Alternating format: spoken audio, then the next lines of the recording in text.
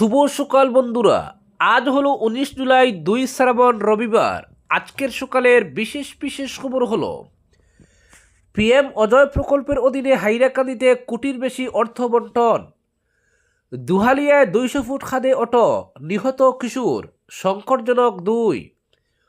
বড়খলায় সড়কের শিলান্যাস, আরও উন্নয়নমূলক কাজের ঘোষণা বিধায়ক কিশোরনাথের।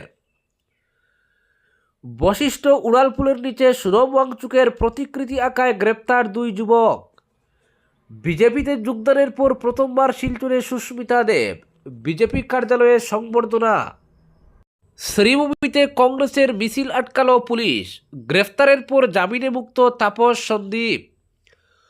অবশেষে মেহেরপুরে ট্রাফিক পুলিশ মোতায়েন, অবৈধ পার্কিং উৎখাতে মাঠে পুলিশ, স্বস্তি জনমনে। সদ্যে ফিরল গুমরা সেতু, চলছে ভারী যানবাহনও। আজ ফুটবল বিশ্বকাপ ফাইনাল, মেসির জাদু বনাম স্পেনের তিকিকাকা দেখতে মুখিয়ে দুনিয়া। 2027-এ দেশে আসছে প্লাস্টিকের নোট, প্রস্তুতি শুরু রিজার্ভ ব্যাঙ্ক অফ ইন্ডিয়ার। এবং সর্বশেষ খবরটি হল রাম মন্দিরের অনুদান কাণ্ডে 20 জুলাই একসঙ্গে 4 মামলার শুনানি সুপ্রিম কোর্টে। এবারে শুনুন বিস্তারিত খবর। হাইলাকান্দির রবীন্দ্র ভবনে আয়োজিত এক অনুষ্ঠানের মাধ্যমে পিএম অজয় প্রকল্পের অধীনে 1,12,38,000 টাকার অনুদান এবং আর্থিক সহায়তা বন্টন করা হয়েছে। Assam state rural livelihoods mission এবং আসামের তফসিলি জাতি ও অনগ্রসর শ্রেণী কল্যাণ নির্দেশালয়ের যৌথ উদ্যোগে গ্রামীণ আয় বৃদ্ধির লক্ষ্যে এই ব্যাপক জীবিকা উন্নয়ন কর্মসূচির আয়োজন করা হয়। এই অনুষ্ঠানে প্রধান অতিথি হিসেবে উপস্থিত ছিলেন হাইলাকান্দির জেলা কমিশনার জয় বিকাশ এবং সম্মানিত অতিথি হিসেবে উপস্থিত ছিলেন হাইলাকান্দির বিধায়ক ডক্টর মিলন দাস।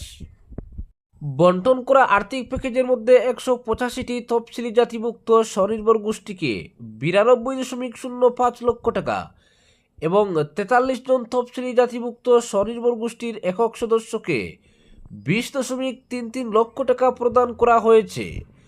সম্পূর্ণ স্বচ্ছতা নিশ্চিত করতে এই পুরো অর্থ সরাসরি বেনিফিট ট্রান্সফার ফান্ডের মাধ্যমে উপভোক্তাদের ব্যাংক অ্যাকাউন্টে সরাসরি ক্রেডিট করা হচ্ছে। এই উপলক্ষে বক্তব্য রাখতে গিয়ে আধিকারিকরা জোর দিয়ে বলেন, এই আর্থিক সহায়তা তৃণমূল স্তরে উদ্যোক্তা তৈরি করতে গতি আনবে, যা অঞ্চলের তফসিলি জাতি সম্প্রদায়ের মধ্যে টেকসই জীবিকা সৃষ্টি এবং অর্থনৈতিক স্বনির্ভরতার পথ প্রশস্ত করবে। পরবর্তী খবরটি হল দুহালিয়ায় 200 ফুট খাদে ওঠো, নিহত কিশোর, সংকটজনক 2। পাতারকান্দি রাতাবাড়ি সড়কের দুহালিয়া পাহাড়ের গিলাইটিকর ভিউ পয়েন্ট সংলগ্ন এলাকায় শনিবার বিকেলে এক হৃদয় বিদারক সড়ক দুর্ঘটনায় প্রাণ হারায় 13 বছরের কিশোর মেহবুব হাসান। একই দুর্ঘটনায় তার মা ইয়ারুন্নেসা, মামা শাকিল আহমেদ এবং দিদিমা লুদি বিবি গুরুতর আহত হন। আহতদের মধ্যে ইয়ারুন্নেসা ও শাকিল আহমেদের অবস্থা আশঙ্কাজনক হওয়ায় তাদের শিলচর মেডিকেল কলেজ ও হাসপাতালে ভর্তি করা হয়েছে। পুলিশ ও স্থানীয় সূত্রে জানা গেছে, AS10AC 0791 নম্বরের একটি অটোরিকশায় করে পরিবারের সদস্যরা মামার বাড়ি থেকে নিজ বাড়িতে ফিরছিলেন। গ্রীষ্মের ছুটি কাটিয়ে ফেরার পথে দুহালিয়া পাহাড়ের গিলাইটিকর ভিউ পয়েন্ট সংলগ্ন একটি বিপজ্জনক বাঁকে পৌঁছাতেই চালক নিয়ন্ত্রণ হারিয়ে ফেলেন। এরপর অটোরিকশাটি প্রায় 200 ফুট গভীর খাদে গিয়ে পড়ে। দুর্ঘটনার বিকট শব্দ শুনে আশপাশের বাসিন্দারা দ্রুত ঘটনাস্থলে ছুটে এসে উদ্ধার কাজ শুরু করেন। খবর পেয়ে রাতাবাড়ি থানার পুলিশ ঘটনাস্থলে পৌঁছে স্থানীয়দের সহযোগিতায় আহতদের উদ্ধার করে নিকটবর্তী স্বাস্থ্য কেন্দ্রে নিয়ে যায়। পরে আহতদের শারীরিক অবস্থার অবনতি হয় ইয়ারুন্নেসা ও শাকিল আহমেদকে উন্নত চিকিৎসার জন্য শিলচর মেডিকেল কলেজ ও হাসপাতালে স্থানান্তর করা হয়। অপর আহত লুদি বিবি বর্তমানে করিমগঞ্জ সিভিল হাসপাতালে চিকিৎসাধীন রয়েছেন। জানা গেছে, নিহত মেহবুব হোসেন কাজিরবাজার ফলডহর গ্রাম পঞ্চায়েতের সদস্য ফরিজ উদ্দিনের ভ্রাতৃষ্পুত্র। তার অকাল মৃত্যুতে পরিবার, আত্মীয় স্বজন এবং সমগ্র এলাকায় শোকের ছায়া নেমে এসেছে। এদিকে রাতাবাড়ি থানার পুলিশ মৃতদেহ উদ্ধার করে ময়নাতদন্তের জন্য করিমগঞ্জ সিভিল হাসপাতালে পাঠিয়েছে।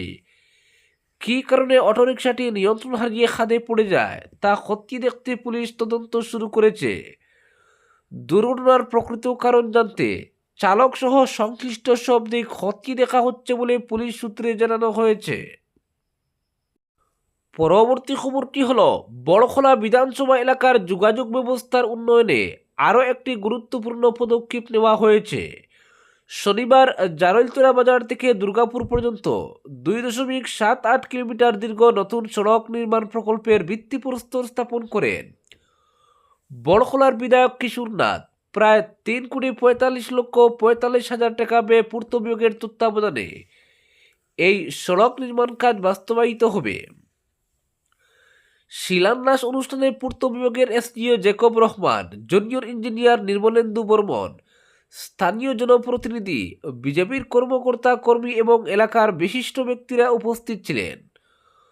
অনুষ্ঠানে বক্তব্য রাখতে গিয়ে বিধায়ক কিশোর নাথ বলেন, মুখ্যমন্ত্রী ডক্টর হিমন্ত বিশ্ব শর্মার নেতৃত্বে রাজ্য জুড়ে উন্নয়নের যে ধারা শুরু হয়েছে তার সুফল বড়খলা পাচ্ছে। তিনি জানান, এই সড়ক প্রকল্প বাস্তবায়িত হলে এলাকার মানুষের দীর্ঘদিনের যোগাযোগ সমস্যার সমাধান হবে, পাশাপাশি শিক্ষা, স্বাস্থ্য, কৃষি এবং ব্যবসা বাণিজ্যের ক্ষেত্রেও ইতিবাচক পরিবর্তন আসবে।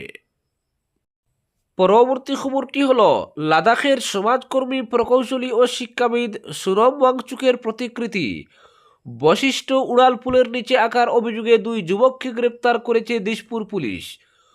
অনুমতি ছাড়া সরকারি জনপরিসরে ছবি আঁকার অভিযোগে তাদের বিরুদ্ধে আইনানুগ ব্যবস্থা নেওয়া হয়েছে। পুলিশ সূত্রে জানা গেছে, গ্রেপ্তার হওয়া 2 যুবক হলেন ডিব্রুগড়ের বাসিন্দা নকুল মিলি এবং গুয়াহাটির বাসিন্দা গৌরব সিং। অভিযোগ, সংশ্লিষ্ট প্রশাসনিক কর্তৃপক্ষের পূর্বানুমতি ছাড়াই তারা বশিষ্ঠ উড়ালপুলের নিচে সুরম ওয়াংচুকের প্রতিকৃতি অঙ্কন করেন। বিষয়টি নজরে আসার পর দিশপুর থানার পুলিশ ঘটনাস্থলে পৌঁছে তদন্ত শুরু করে। এরপর পুলিশের পক্ষ থেকে 2 জনকে আটক করে জিজ্ঞাসাবাদ করা হয়। পরবর্তীতে তাদের বিরুদ্ধে 524 নম্বরে মামলা রুজু করে আনুষ্ঠানিকভাবে গ্রেপ্তার করা হয়। পুলিশের দাবি, সরকারি বা জনসাধারণের ব্যবহৃত স্থানে কোনো ধরনের চিত্রাঙ্কন, পোস্টার বা দেওয়াল লিখন করার আগে সংশ্লিষ্ট কর্তৃপক্ষের অনুমতি নেওয়া বাধ্যতামূলক। সেই নিয়ম লঙ্ঘনের অভিযোগেই এই পদক্ষেপ গ্রহণ করা হয়েছে। ঘটনাটি নিয়ে সামাজিক যোগাযোগ মাধ্যমে ব্যাপক আলোচনা শুরু হয়েছে। অনেকেই বিষয়টিকে মত প্রকাশের স্বাধীনতার সঙ্গে যুক্ত করে দেখছেন। আবার অন্য একাংশের মতে, সরকারি সম্পত্তি ব্যবহারের ক্ষেত্রে আইন মেনে চলা প্রত্যেক নাগরিকের দায়িত্ব। পরবর্তী খবরটি হলো, অবশেষে মেহেরপুরে ট্রাফিক পুলিশ মোতায়েন। কথা রাখলেন মন্ত্রী কৌশিক রায়। শনিবার মেহেরপুর এলাকায় 2 জন ট্রাফিক পুলিশ মোতায়েন করার পাশাপাশি রাস্তার বিরাট অংশ দখল করে থাকা পার্কিং জোনে প্রায় ফাঁকা করে দেওয়ার জোর প্রচেষ্টা চালায় পুলিশ প্রশাসন। দিনভর ট্রাফিক ও পুলিশ প্রশাসনের যৌথ উদ্যোগে রাস্তার পাশের পার্কিং স্লট থেকে গাড়িগুলোকে ক্রেন দিয়ে তুলে নিয়ে যায় পুলিশ।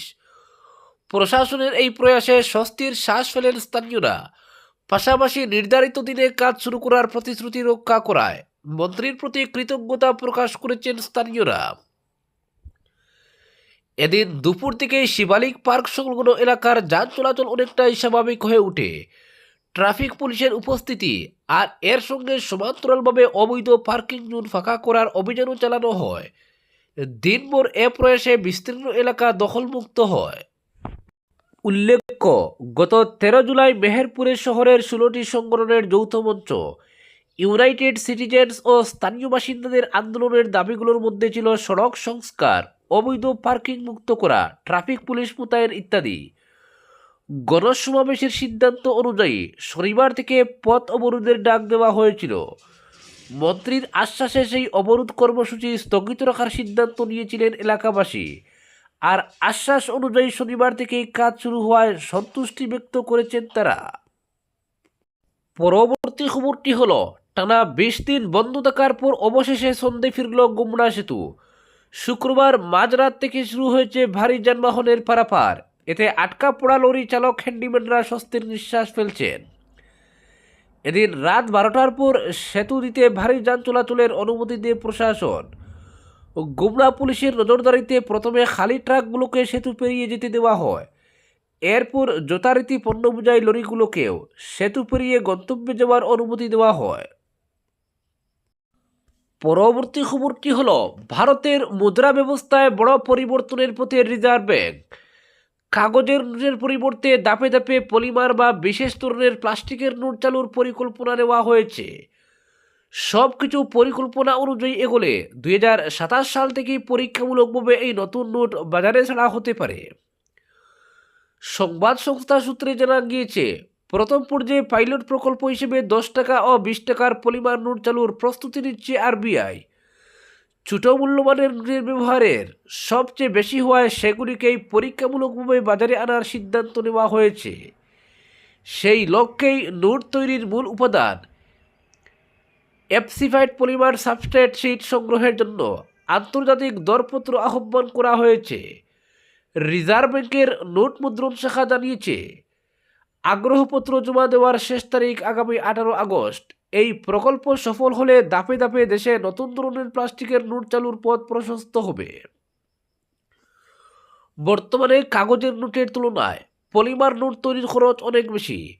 উদাহরণ হিসেবে একটি 10 টাকার কাগজের নোট ছাপাতে যেখানে প্রায় 1 টাকা ব্যয় হয়, সেখানে একই মূল্যের পলিমার নোট তৈরিতে আনুমানিক 2 থেকে 6 টাকা পর্যন্ত খরচ হতে পারে। উন্নত নিরাপত্তা ব্যবস্থা এবং বিশেষ উপাদান ব্যবহারের কারণে এই অতিরিক্ত ব্যয়। তবে বিশেষজ্ঞদের মতে প্রাথমিক খরচ বেশি হলেও দীর্ঘমেয়াদে এই নোট অনেক বেশি লাভজনক হবে। জানা গিয়েছে, একটি পলিমার নোট গড়ে 10 থেকে 15 বছর পর্যন্ত ব্যবহারযোগ্য থাকতে পারে। এর ফলে বারবার নতুন নোট ছাপানো এবং পুরনো নোট বাতিল করার প্রয়োজন অনেকটাই কমবে। উল্লেখ্য, বিশ্বের প্রায় 60টি দেশে ইতিমধ্যেই পলিমার নোট ব্যবহৃত হচ্ছে। অস্ট্রেলিয়ায় প্রথম এই প্রযুক্তির সূচনা হয়। পরবর্তী খবরটি হল, অযোধ্যার রাম মন্দিরে অনুদানের অর্থ তছরূপের অভিযোগে দায়ের হওয়া একাধিক মামলার শুনানি আগামীকাল 20 জুলাই করবে সুপ্রিম কোর্ট। এই সংক্রান্ত 4টি পৃথক আবেদন প্রধান বিচারপতি সূর্যকান্ত, বিচারপতি জয়মাল্য বাগচি এবং বিচারপতি বি মোহনার বেঞ্চে উঠবে। এর আগে 13 জুলাই সুপ্রিম কোর্ট মামলাগুলির শুনানিতে সম্মতি জানিয়ে উত্তরপ্রদেশ সরকারের গঠিত বিশেষ তদন্তকারী দলকে তদন্তের অগ্রগতি সম্পর্কে একটি স্ট্যাটাস রিপোর্ট জমা দেওয়ার নির্দেশ দেয়। একই সঙ্গে শ্রীরাম জন্মভূমি তীর্থক্ষেত্র ট্রাস্টকেও নোটিশ পাঠিয়ে তাদের বক্তব্য জানাতে বলা হয়েছে। শীর্ষ আদালত জানিয়েছিল, যেহেতু বিভিন্ন আবেদনে উল্লেখ করা হয়েছে যে এই ঘটনায় একাধিক এফআইআর দায়ের হয়েছে এবং বিশেষ তদন্তকারী দল ইতিমধ্যেই তদন্ত করছে, তাই সেই তদন্তের বর্তমান অবস্থা আদালতের সামনে তুলে ধরতে হবে। আবেদনকারীদের অন্যতম নরেন্দ্র কুমার গোস্বামী মামলার তদন্ত সিবিআইয়ের হাতে তুলে দেওয়ার দাবি জানিয়েছেন। পাশাপাশি তিনি রাম মন্দির পরিচালনাকারী শ্রী রাম জন্মভূমি তীর্থক্ষেত্র ট্রাস্টের আর্থিক লেনদেন ভারতের নিয়ন্ত্রক ও মহালেখা পরীক্ষকের মাধ্যমে নিরীক্ষার আবেদনও করেছেন। অন্য একটি আবেদনে অজয় কুমার রায় এবং দীনেশ কুমার যাদব দাবি করেছেন, ট্রাস্টের আর্থিক অনিয়ম এবং প্রশাসনিক দুর্নীতির অভিযোগের নিরপেক্ষ তদন্তের জন্য কেন্দ্রীয় তদন্ত ব্যুরোর নেতৃত্বে বহুমুখী বিশেষ তদন্তকারী দল গঠন করা হোক। এছাড়া রাষ্ট্রীয় জনতা দলের সাংসদ সুধাকর সিংয়ের আবেদনে ট্রাস্টের সম্পূর্ণ আর্থিক লেনদেনের ফরেনসিক পরীক্ষার দাবি তোলা হয়েছে। অপরদিকে হিন্দু ধর্ম পরিষদ নামে একটি সংগঠনও সুপ্রিম কোর্টের তত্ত্বাবধানে তদন্তের আবেদন করেছে। আজকের বিশেষ সংবাদ এখানেই সমাপ্ত।